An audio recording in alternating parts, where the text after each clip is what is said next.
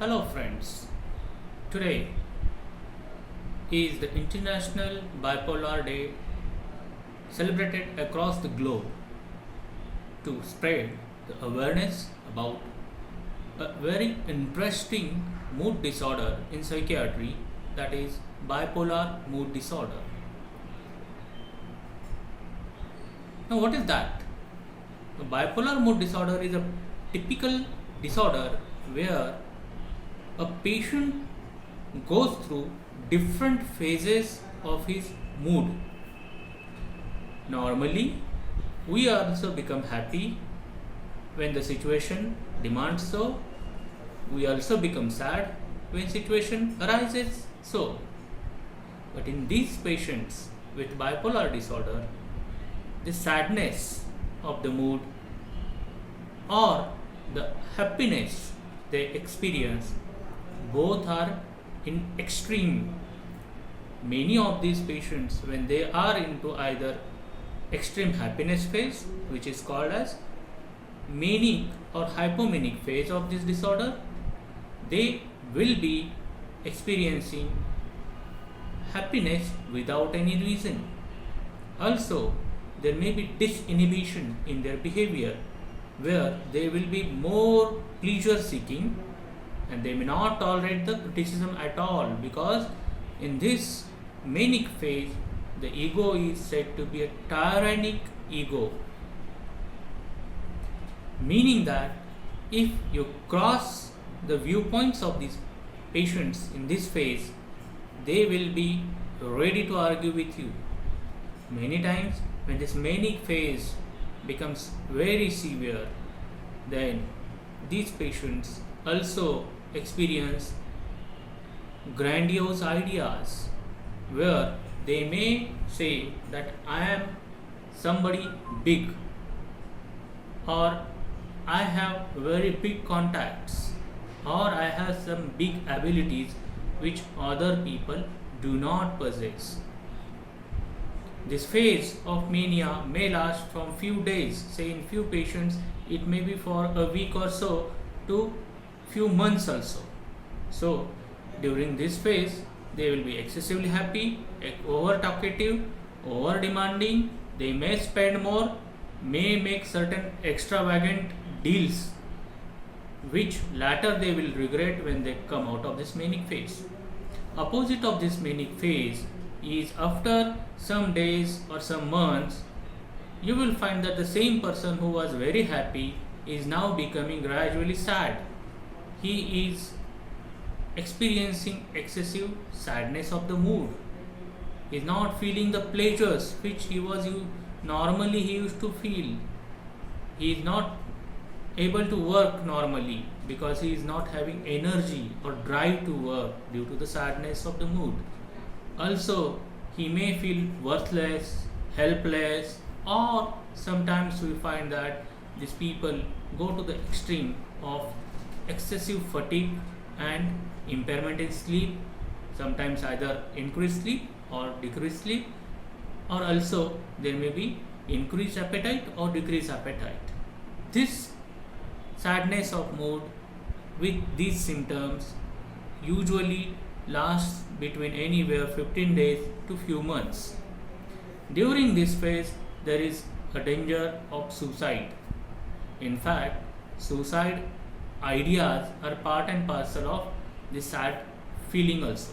Now, suicides can also happen in the prior manic phase, as I said. When you cross the ego of these patients in manic phase, they may impulsively attempt the suicide. So, that is one of the life-threatening outcomes of this bipolar disorder. Now, typically, you need to identify and treat this disorder as early as possible. Identification is better done by a psychiatrist nearest to you. You may visit any psychiatrist. Now, previously there was a shortage, but now in India you will find that at least at every district there are 4-5 psychiatrists. You can visit them. If he says nothing is there, that's okay. You will not lose anything. But if you do not go to a psychiatrist even after suspecting that something is wrong, as I said, outcome may be death of this patient by suicide, or death, or there may be some losses.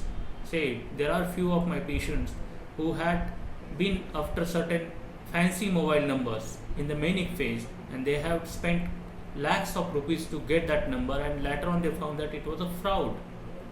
So such irrational decisions will also lead to a lot of harm than consulting a psychiatrist. So remember, consulting a psychiatrist is the first step. Once you consult and he finds that you are suffering from bipolar disorder, please take whatever medicines and advice or suggestions he is giving seriously, because this disorder by nature is likely to happen again and again. These episodes of mania or depression are likely to happen again and again during the lifetime of this patient. If untreated in the beginning itself, it leads to damage to the brain. Every episode of either mania or depression will lead to degeneration of the neurons by something called as excitotoxicity. That neuronal degeneration over a period of time will lead to decline in intellectual functioning of that person. So same person who was working well, if goes untreated, may not be able to work well after a few years if untreated, apart from the damages that he may incur during the both phases of either mania or depression. Now treatment is usually with medications and then psychotherapy. Medications will involve, if there are multiple episodes of either mania or depression, will involve some mood stabilizer. The commonly used mood stabilizers like lithium, divalproic sodium, or your carbamazepine, oxcarbamazepine, they are commonly used by psychiatrists after evaluating the patients. There are certain pros to use one drug and cons to use the same drug. So depending on that, he will give you a best choice, and you can choose among the whatever is offered. Along with that, if needed, for a shorter period of time, you may be prescribed some serotonin dopamine antagonist drugs, or typically called as antipsychotics. This will be for a shorter period of time. For depression, you may or may not be given the antidepressants, because usually for by the mood stabilizers itself, or there are certain like medicines like olanzapine, quetiapine, which have mood stabilizing as well as emotional improvement properties in them, and they may improve your mood. Now, this is one part. Now it is very important to stick to the regime, because if you stop the medicines once you feel alright, then you are more likely to get another episode. Once you get multiple episodes, with each episode, as I said earlier, your brain will be damaged bit by bit. Cumulatively over the years, it will reduce your intellectual capacities like reasoning, decision making. It may hamper your memory capacities, or it may hamper your social interactions. It may hamper your brain's ability to pursue the things normally, and ultimately it may lead to the dysfunctions in the person's life per se. So the dysfunctions can be occupational dysfunctions, there can be problems in the job, there can be inability to work or concentrate properly on the work, there can be interpersonal dysfunctions where the relationships become so damaged that the person is unable to work well in any given either family environment or the say occupational environment or society in general. There may be difficulties in marriage. Most of these patients, when get married, they usually tend to stop the medicines, and once they relapse, they go through the episodes leading to the damaged relationship in the marriage. So it is always beneficial to be under supervised treatment by a psychiatrist by medication. Sometimes you may need to undergo psychoeducation about the illness. Family will be guided about it by the psychiatrist himself, or you may require cognitive behavioral therapy if the episode is mild to moderate, especially for the depressive episode. But overall, your brain will need antipsychotics or the mood stabilizing agents. So remember that the medicines are part and parcel of this disorder. Don't ever fall prey to any offers by any other professionals that we will cure this disorder without medications. By nature, the episode will last for a few months and then it is going to get well, but the damage that will happen to the brain will be quite costing on you. Along with that damage, the chance of getting another episode again and again is there. So don't run away from the medications. That is my urgent request to all of you. Sometimes this bipolar disorder patient, they are also likely to